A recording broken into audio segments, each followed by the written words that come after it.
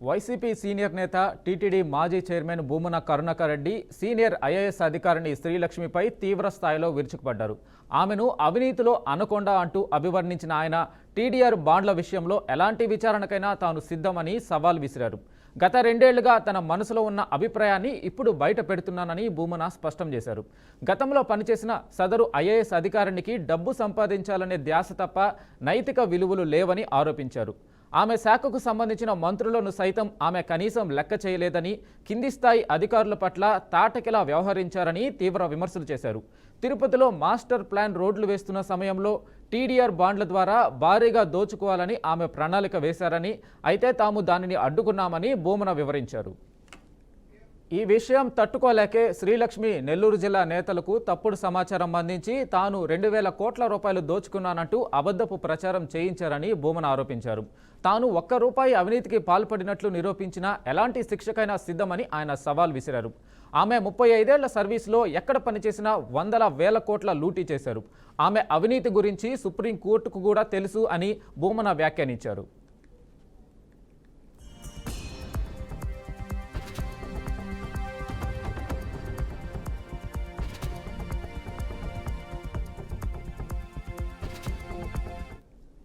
సదరు ఐఏఎస్ అధికారిని రోజు ధరించే చీర ఖరీదు ₹150,000 ఉంటుందని, ₹1,000 విలువ చేసే 11 విగ్గులు ఆమె వద్ద ఉన్నాయని భూమన వ్యక్తిగత ఆరోపణలు చేశారు.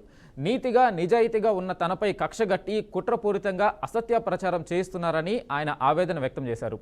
తాము 21 మాస్టర్ ప్లాన్ రోడ్డు వేసి తిరుపతిని అభివృద్ధి చేశామని ఈ సందర్భంగా భూమన కరుణాకర్ రెడ్డి గుర్తు చేశారు. మరోవైపు వైసీపీ హయాంలో శ్రీలక్ష్మి పురపాలక శాఖ ప్రత్యేక ప్రధాన కార్యదర్శిగా పనిచేసిన విషయం గమనార్హం.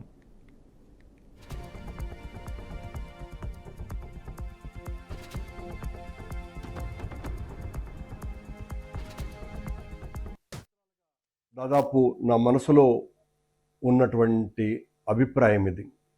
దీనికి ప్రధానమైనటువంటి కారణం ఒక అవినీతిలో అనకొండ లాంటి ఒక అధికారిని, రాష్ట్రంలో ఉన్నటువంటి మంత్రులనందరినీ కూడా పూచిక పుల్లల్లాగా చూసేటువంటి అధికారిని, మరి తన శాఖకు ఇన్ఛార్జిగా ఉండేటువంటి మంత్రులనైతే లెక్క కూడా చేయనటువంటి అధికారిని, ఆ అధికారిని డబ్బులు సంపాదించటమే తప్ప ఏ నైతిక విలువలు లేనటువంటి మనిషిగా, ఒక మాటలో చెప్పాలంటే ఓ తాటకిలాగా కింది అధికారుల పట్ల వ్యవహరించేటువంటి ఆమె టీడీఆర్ బాండ్ల పేరుతో దోపిడీ చేయటానికి, తద్వారా 100 కోట్లు నొక్కియటానికి ఆవిడ పన్నిన కుటిల పన్నాగాన్ని అడ్డుకున్నాము అన్నటువంటి దుగ్ధతో,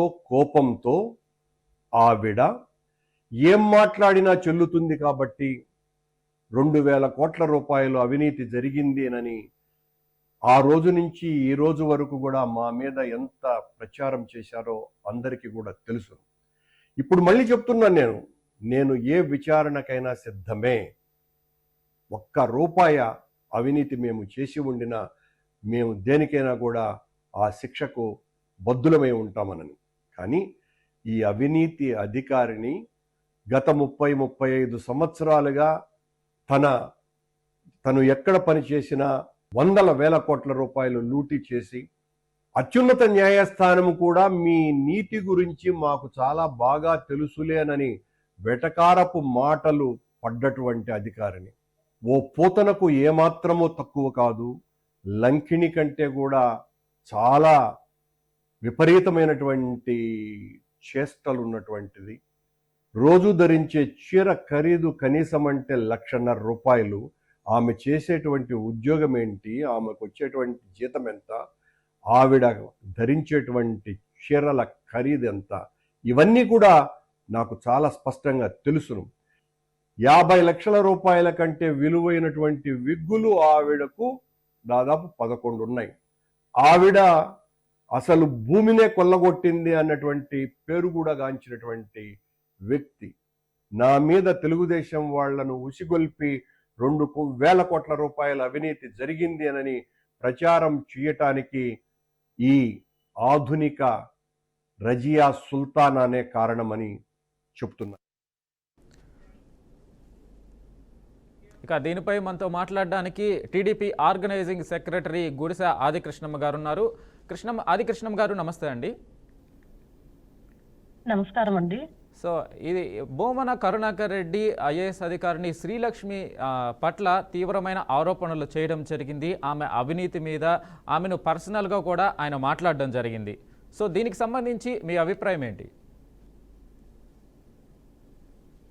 ఇక్కడ భూమన కరుణాకర్ రెడ్డి మరియు వాళ్ళ పార్టీ అయినటువంటి వైసీపీ పార్టీ వాళ్ళందరూ కూడా గత కొన్ని అంటే ఒక సంవత్సర కాలంగా వాళ్ళు ఓడిపోయిన ఫ్రస్ట్రేషన్ లో ఉండి ఏ మహిళ రాజకీయ నాయకురాల, లేదంటే సామాన్యమైన మహిళ, లేదంటే రైతుల, మహిళలు, అధికారుల, ఎవరైనా సరే మహిళల్ని అంటేనే వాళ్ళపైన విరుచుకుపడతారు.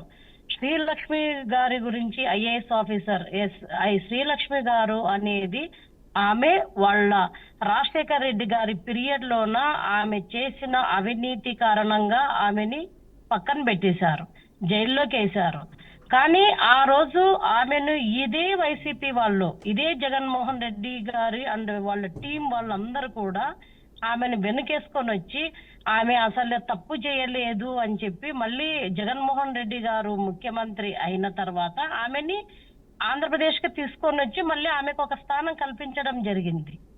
కానీ ఈ రోజు భూమన కరుణాకర్ రెడ్డి గారు ఏ మొహాన్ని పెట్టుకొని ఆమె గురించి మాట్లాడుతున్నారు అంటే, మీ హయాంలో చేస్తే తప్పు లేదు, ఇతర హయాంలో చేస్తే మాత్రం వాళ్ళు చేసినది అవినీతి.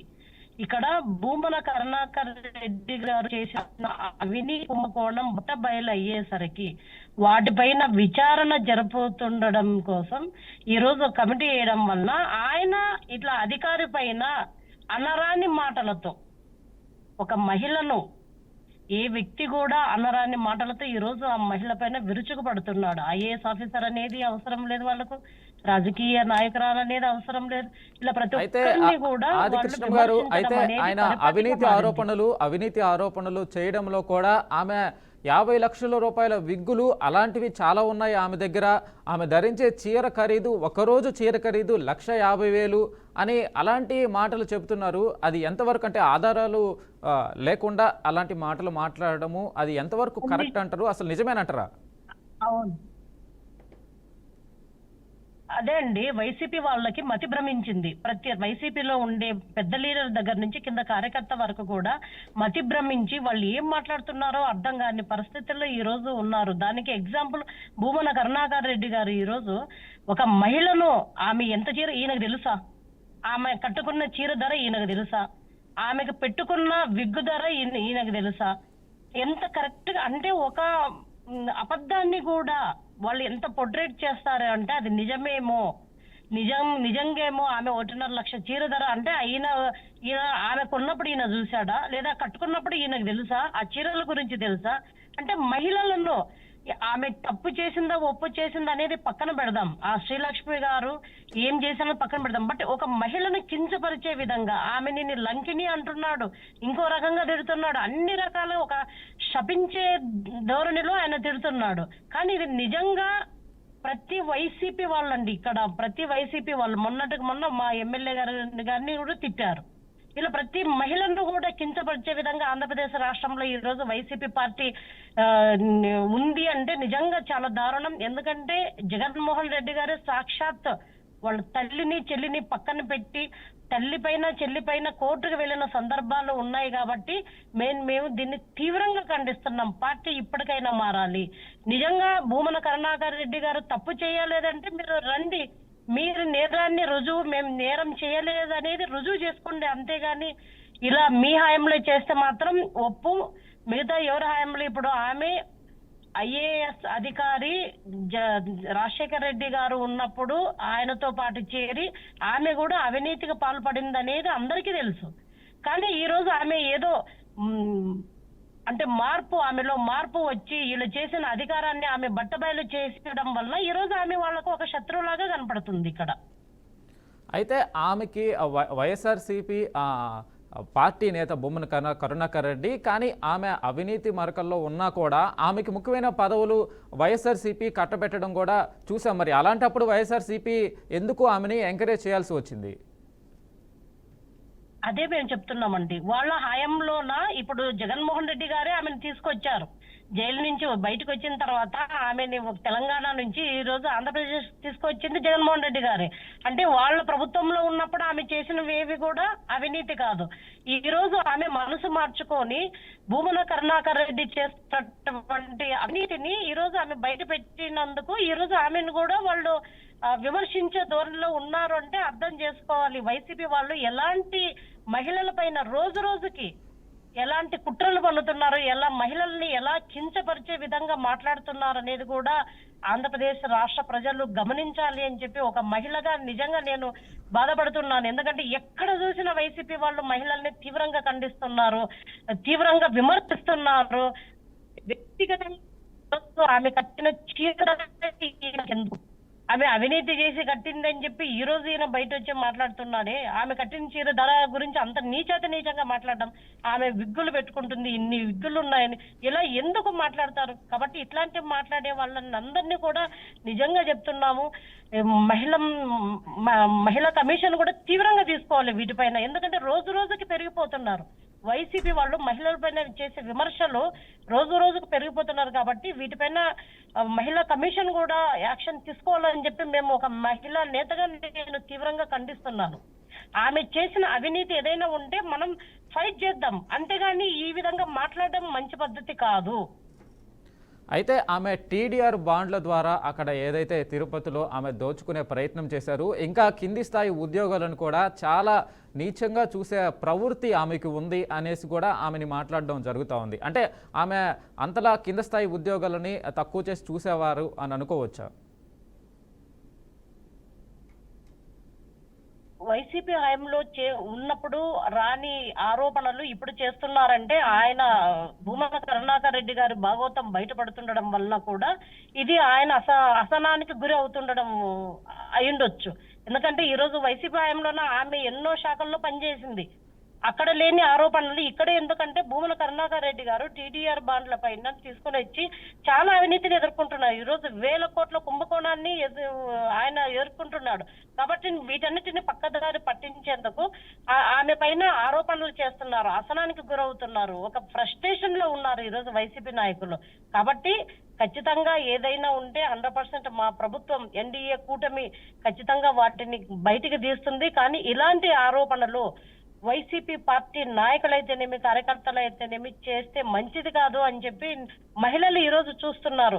మహిళల పైన జరుగుతున్నటువంటి ఈ సోషల్ మీడియాలో అయితేనేమి వైసీపీ వాళ్ళు మాట్లాడుతున్నటువంటి విధానాలు అయితేనేమి మంచి పద్ధతి కాదని చెప్పి ఒక మహిళా నేతగా నేను దీన్ని తీవ్రంగా ఖండిస్తున్నాను. అయితే ఏదైతే భూమన కరుణాకర్ రెడ్డి చెప్పినట్లుగా ఆయన వ్యక్తిగతంగా అనుకోవచ్చా? ఇప్పుడు పార్టీ నేతలు ఎవరు దీనిపై స్పందించకపోవడము ఆయన వ్యక్తిగతంగానే చూడాలా? వైఎస్ఆర్సీపీ ఎందుకంటే గతంలో ఆమెకి చాలా సపోర్ట్ చేసిన పార్టీ, సో ఇప్పుడు ఆ పార్టీ పరంగా చూడాలా? ఆయన వ్యాఖ్యలు కేవలం ఆయన దృష్టి కోణంలోనే చూడొచ్చు అనుకోవచ్చా? ఇది 100% పార్టీ పరంగా కూడా మనం తీసుకోవాలండి. ఎందుకంటే ఈరోజు భూమన కరుణాకర్ రెడ్డి పైన టీడీఆర్ బాండ్ల పైనే కాదు, ఆయన ఇంతకు ముందు ఏదైతే టీటీడీ చైర్మన్ గా ఉన్నప్పుడు జరిగిన అవినీతి ఆరోపణల పైన కూడా ఈరోజు ఎన్డీఏ కూటమి విచారణకు ఆదేశిస్తారు 100%. ఎందుకంటే చాలా అవినీతి ఆరోపణలు వచ్చాయి ఆయన పైన, ఆ తిరుపతిలో గాని అక్కడ టీటీడీలో గాని ఆయన. కాబట్టి వీటన్నిటిని కూడా తట్టుకోలేకుండా ఆయన ఫ్రస్ట్రేషన్ కి గురయ్యి, ఎందుకంటే ఆయన మాట్లాడినాడు అంటే 100% ముఖ్య నాయకుడు కాబట్టి ఖచ్చితంగా పార్టీ మాట్లాడిన విధానాన్నే మనం చూడాలని చెప్పి ఈ సందర్భంగా నేను తెలియజేసుకుంటున్నాను. గతంలో శ్రీలక్ష్మి అవినీతి ఆరోపణలు ఈరోజు కొత్తగా వచ్చినటివి కాదు, చాలా సంవత్సరాలుగా ఆమె కోర్టు కేసులు ఎదుర్కొంటుంది. అవినీతి ఆరోపణల్లో ఆమె జైలుకి వెళ్ళడము అవన్నీ కూడా జరిగాయి. ఇప్పుడు ప్రత్యేకించి భూమన కరుణాకర్ రెడ్డి చేసిన వ్యాఖ్యలు, ఆమె ఏదైతే ఆరోపణలు ఎదుర్కొంటుందో అది కొత్తగా ఏమైనా యాడ్ అయ్యే అవకాశం ఉందా? ఇంకా వీరిద్దరూ ఒకరిపై ఒకరు మాటల్లో నిజాలన్నీ బయటకు వస్తున్నాయి అనుకోవచ్చా? 100% వాళ్ళిద్దరి మధ్యన ఏదో చెడింది. అందుకనే ఈ రోజు ఒకరిపైన ఒకరిని వ్యక్తిగతంగా విమర్శలు చేసుకుంటున్నారు. ఎందుకంటే ఒక మహిళ పైన అంత వ్యక్తిగతంగా విమర్శలు చేస్తున్నాడు అంటే ఆయన అవినీతిని ఈమె బయట పెట్టిందనే ఒక ఫ్రస్ట్రేషన్ కి గురై ఈ రోజు ఆ వ్యక్తిగతంగా ఆమె కట్టిన చీర దగ్గర నుంచి ఆమె పెట్టిన విగ్గు వరకు అన్ని కూడా ఆయన చెప్తున్నాడంటే వాళ్ళు అంతకుముందు వాళ్ళకి లేకపోతే ఆమె కట్టిన చీర ధర వాళ్ళకి ఎలా తెలుస్తుంది? వాళ్ళు అంతకుముందు బాగా క్లోజ్ గా ఉండడం వల్లే కదా ఇవన్నీ బయటకు వచ్చేది. కాబట్టి వాళ్ళు శ్రీలక్ష్మి అనే ఒక అధికారి 100% వైసీపీకి అనుకూలంగా ఇంత ముందు ఉనింది. ఆ బంధము చెడింది కాబట్టి, అంటే వైసీపీకి అనుకూలంగా లేకుండా ఏదో ఆమె మారాలనే ఉద్దేశంతోన ఈ అవినీతిని బయట పెట్టింది అనుకోవచ్చు కదా. ఎందుకంటే శ్రీ వైఎస్ రాజశేఖర రెడ్డి గారి పీరియడ్ నుంచి ఆమె పైన అవినీతి ఆరోపణలు వస్తున్నాయి, అలాగే కంటిన్యూ అవుతున్నాయి. ఆయన కొడుకు జగన్మోహన్ రెడ్డి గారు ముఖ్యమంత్రిగా వచ్చినప్పుడు ఆమెను తీసుకొచ్చి మంచి స్థానంలో కూర్చోబెట్టాడు. కానీ ఈ రోజు సడన్ గా భూమన కరుణాకర్ రెడ్డి గారు వచ్చేసి ఆమె పైన ఆరోపణలు చేస్తున్నారు అంటే దానికి కారణం వాళ్ళ మధ్యన బంధం చెడింది. అంటే అయితే వైసీపీకి ఇప్పుడు ఆమెకి ఉన్న బంధం చెడింది. అయితే మేడం అది కాదు, ఏదైతే ఆయన చేసిన వ్యాఖ్యలకి సంబంధించి ఆమె అన్ని లక్షల అవినీతికి పాల్పడింది అంటే ఆమె అంత విలాసంగా బతకడానికి కారణం ఎవరంటారు? ఎందుకనంటే ఆమె ముఖ్యమైన యాక్టివ్గా ఉన్న టైం అంతా కూడా అటు కాంగ్రెస్ ప్రభుత్వం వైఎస్ఆర్ గవర్నమెంట్లో, ఇటు జగన్మోహన్ రెడ్డి గవర్నమెంట్లో, సో ఈ వీళ్ళ గవర్నమెంట్లోనే ఆమె ఎక్కువ యాక్టివ్గా ఉంది. అంటే ఆమె అవినీతి ప్రభుత్వానికి కూడా కొంత భాగం అయ్యే అవకాశం ఉండే అవకాశం ఉంది కదా. ఇలాంటి పరిస్థితుల్లో భూమన ఇలాంటి వ్యాఖ్యలు చేయడం వల్ల ఇప్పుడు ఆ పార్టీ ఇరకాటంలో పడే పరిస్థితి కూడా ఆయనే తీసుకొచ్చిన పరిస్థితి కనిపిస్తుంది ఇక్కడ. అవును, వాస్తవమే. ఎందుకంటే కాంగ్రెస్ పీరియడ్ లో రాజశేఖర రెడ్డి గారు ముఖ్యమంత్రిగా ఉన్నప్పుడు ఆమె గనుల లీజు విషయంలోనే ఆమె జైలుకి వెళ్ళింది. అక్కడ అవినీతి జరిగింది పెద్ద ఎత్తున అని చెప్పి ఆమెను జైలుకి పంపించడం జరిగింది. అది పూర్తయిన అంటే విచారణ ఇంకా శిక్ష కాలం పూర్తయిన తర్వాత ఆమె బయటకు వచ్చిన తర్వాత మళ్ళీ రాజశేఖర రెడ్డి గారు కొడుకు జగన్మోహన్ రెడ్డి గారు ఆమెను తీసుకొని వచ్చి వైసీపీ పార్టీ హాయం ప్రభుత్వం ఉన్నప్పుడు మంచి కీలక శాఖల్లో కూర్చోబెట్టారు ఆమెని. మొత్తం సంపాదించిందంతా ఆమె నిజంగా ఇప్పుడు భూమన కరుణాకర్ రెడ్డి ఏదైతే విమర్శిస్తున్నారో ఆ సంపాదించిన అవినీతి సొమ్మంతా వాళ్ళ పీరియడ్ లోనే. ఈరోజు అదే చెప్తున్నాను, వైసీపీకి అండ్ శ్రీలక్ష్మికి ఉన్న బంధం ఈ రోజు తెగిపోవడం వల్ల ఆమె ఏదో మంచిగా మారాలనే ఉద్దేశంతోన ఆమె ఏమైనా ఈ అవినీతిని బయట పెట్టడం వల్ల భూమన కరుణాకర్ రెడ్డి గారికి అదేవిధంగా శ్రీలక్ష్మికి మధ్య బంధం చెడి ఈ రోజు ఆమె పైన వ్యక్తిగత ఆరోపణలు, ఆమె కట్టిన చీర దగ్గర నుంచి ఆమె పెట్టుకున్న విగ్గు వరకు ఆయన విమర్శిస్తున్నాడు అంటే ఆయన ఫ్రస్ట్రేషన్ లో ఉండి విమర్శిస్తున్నాడు ఇవన్నీ కూడా. అయితే ఆదికృష్ణం గారు, దీన్ని బట్టి అధికారులకి ప్రభుత్వానికి సంబంధించి అధికారులు ప్రభుత్వం నేతలతో కావచ్చు, ప్రభుత్వంతో కావచ్చు, ఎంతవరకు ఉంటే కరెక్ట్? ఎందుకనంటే అతిగా ఉండడం వల్ల శ్రీలక్ష్మి కెరియరు దెబ్బతినింది అనుకోవచ్చు. వైఎస్ఆర్ గవర్నమెంట్లో కూడా ఆమె అతిగా ప్రభుత్వంతో కొన్ని కార్యకలాపాలు సాగించడం వల్ల ఇలాంటి పరిస్థితి వచ్చింది. ఇప్పుడు వైఎస్ఆర్ గవర్నమెంట్లో కూడా ఇలాంటి నేపథ్యంలో ఇలాంటి ముఖ్యమైన ఐపీఎస్, ఐఏఎస్ అధికారులు ప్రభుత్వంతో ఎలా కోఆర్డినేషన్ ఉండాలి, వారికి ప్రభుత్వానికి ఎలాంటి ఉంటే కరెక్ట్గా ఉంటుంది ఇలాంటివి జరగకుండా? చాలా మంచి విషయం అండి. ఎందుకంటే ఈ రోజు మనం చూస్తున్నాము ఐఏఎస్ అధికారులు చాలా కష్టపడి ఎంతో తెలివైన వాళ్ళు ఈ ఐఏఎస్ పదవిని తీసుకుంటారు. కాబట్టి వాళ్ళు మన రాష్ట్రాన్ని ఒక మంచిగా మార్పు రావాలి అంటే మంచి ఐఏఎస్ అధికారులు ఉంటే బాగుంటుంది. బట్ ఎంతో నీతివంతమైన అధికారులు కూడా ఈ రోజు వైఎస్ రాజశేఖర రెడ్డి పీరియడ్ లో అయితేనేమి, అదే విధంగా జగన్మోహన్ రెడ్డిని నమ్ముకున్న చాలా మంది, ఆయన మనకేదో చేస్తాడు, మమ్మల్ని ఏదో ఉద్ధరిస్తాడు అని చెప్పి నమ్ముకున్న చాలా మంది నీతివంతమైన ఐఏఎస్ అధికారులు కూడా ఈ రోజు జైల్లో లెక్క పెట్టాల్సిన పరిస్థితి వచ్చింది. నిజంగా బాధాకరం. ఒక్కొక్కరిని మేము చూస్తుంటే అతను అంత మంచి ఐఏఎస్ అధికారి కదా, ఎలా ఇలాంటి అవినీతి ఆరోపణలోన ఈ రోజు జైలుకి వెళ్ళాడు అనేది, దీన్ని బట్టి మిగతా అధికారులు కూడా నేర్చుకోవాల్సింది ఒకటే, పార్టీలు శాశ్వతంగా అధికారంలో ఉండవు, మీరు చేసే పనులే అధికారంలో ఉంటాయి. కాబట్టి మీరు ధైర్యంగా ఉండి ఏదైనా తప్పు అనిపిస్తే ధైర్యంగా రాజకీయ నాయకులకు చెప్తే మీ కెరీరే కూడా బాగుంటుందని చెప్పి ప్రజలు చాలా మంది కూడా చర్చించుకుంటున్నారు. చాలా మంది ఈరోజు చూస్తున్నాం, అదే మా ఎన్డీఏ ప్రభుత్వంలోన ఎవరైనా చిన్న ఎమ్మెల్యేల దగ్గర నుంచి ఎవరు తప్పు చేసినా కూడా మా చంద్రబాబు నాయుడు గారు ఇమ్మీడియట్ గా ఆ ఎమ్మెల్యేని కానీ మిగతా టీడీపీ కార్యకర్తలను కానీ మిగతా వాళ్ళని కానీ హెచ్చరించి ఇది తప్పు, ఇది చేయకూడదు, ఇలా మాట్లాడకూడదు, మీరు కరెక్ట్ గా ఉండాలని చెప్పి మాకు చెప్తాడు. అదే విధంగా అధికారులను కూడా ఈ రోజు స్వేచ్ఛగా వాళ్ళకి పనులు చేసే అవకాశాన్ని మా ఎన్డీఏ ప్రభుత్వం ఈ రోజు కల్పించిందని చెప్పి మేము తెలియజేసుకుంటున్నాం. అయితే అధికారుల మీద కొంతమంది ఎమ్మెల్యేలు ఏదైతే ఫోర్స్ఫుల్గా వాళ్ళని అవినీతిలోకి దించడం కావచ్చు, ఫోర్స్ఫుల్గా ఏదో రకంగా భయపెట్టి వాళ్ళని గ్రిప్పులోకి రావడం కావచ్చు, ఇలాంటివన్నీ కూడా కొన్ని చూస్తూ ఉన్నాము. రీసెంట్గా మీ గవర్నమెంట్లో కూడా అటవీ శాఖ అధికారులని ఒక ఎమ్మెల్యే ఇలాగ బెదిరించాడంటూ కొన్ని బయటికి రావడం జరిగింది. సో దీనిపైన పవన్ కళ్యాణ్ కూడా స్పందించడం జరిగింది. ఇలాంటివి జాగ్రత్తగా అంటే పార్టీకి ప్రభుత్వానికి చెడ్డ పేరు రాకుండా మీ పార్టీ ఏమైనా స్పెషల్గా ఏమైనా మాట్లాడుకుంటున్నారా మీటింగుల్లో కావచ్చు, అలాంటి చర్యలు ఏమైనా ఉంటున్నాయా? 100% అండి. మా పార్టీలో ఎస్పెషల్లీ తెలుగుదేశం పార్టీలో క్రమశిక్షణ కి మారు పేరు అన్నమాట. పెద్ద పీట వేస్తారు. ఎవరైనా కార్యకర్త దగ్గర నుంచి నాయకుల వరకు ఎవరు ఏ చిన్న తప్పు చేసినా క్రమశిక్షణ సంఘం దగ్గర కూర్చోబెడతారు. ఎందుకంటే ఏం తప్పు చేశావు నువ్వు అని చెప్పి వాళ్ళకి షోకాజ్ నోటీసులు కూడా అందివ్వడం జరుగుతుంది. కాబట్టి మొన్న జరిగిన సంఘటన దురదృష్టకరం. ఇమ్మీడియట్ గా ఎమ్మెల్యే గారుతో ముఖ్యమంత్రి గారు, అదే విధంగా పవన్ కళ్యాణ్ గారు అందరు కూడా మాట్లాడడం జరిగింది. తప్పుంటే 100% శిక్షించే విధంగా ఈ రోజు మా ఎన్డీఏ ప్రభుత్వం పనిచేస్తుందని చెప్పి మేము అనుకుంటున్నాం. దానికి తగ్గట్టుగానే చంద్రబాబు నాయుడు గారు, లోకేష్ గారు అందరు కూడా మాకు దిశానిర్దేశం చేస్తారు. ఏ విధంగా ఉండాలి, ఏ విధంగా పనులు చేయించుకోవాలి. కొంతమంది అధికారులు ఇమ్మీడియట్ గా పనులు చేసి పెడతారు, మంచి కార్యక్రమాలు ఏదైతే కానీ కొంతమంది అధికారులు ఇంకా కూడా వైసీపీ హయాంలోనే ఉన్నట్టుగా ప్రవర్తిస్తున్నారు. కాబట్టి వాళ్ళని ఏ విధంగా మనం దారికి తెచ్చుకోవాలి అని చెప్పి ఇప్పుడు మా హయాంలో చూస్తున్నాం. ఎక్కడ గాని ఐఏఎస్ అధికారులకైతేనే మిగతా అధికారులకి చంద్రబాబు నాయుడు గారు ఫ్రీగా అంటే వాళ్ళు ఏ విధంగా చేయాలనుకుంటారో ఆ విధంగా చెయ్యాలని చెప్పి వదిలేశారు. అదే వైసీపీ ప్రభుత్వంలోన అక్కడ జగన్మోహన్ రెడ్డి చెప్పిందే వేదం, చెప్పిందే చట్టం అట్లా ఉన్నింది. కానీ ఇప్పుడు అలా లేదు. మా ఐఏఎస్ అధికారులకు ఫ్రీగా వదిలేశారు. మీరు ఏది చేయాలో మంచి ప్రభుత్వానికి మంచి పేరు తెచ్చే విధంగా చెయ్యండి అని చెప్పి చెప్పడం అనేది మా ప్రభుత్వంలోనే జరుగుతుంది. రైట్. థ్యాంక్ యూ ఆదికృష్ణమ్మ గారు. థ్యాంక్ యూ అండి మీ అభిప్రాయం తెలియజేసినందుకు. Thank you so much.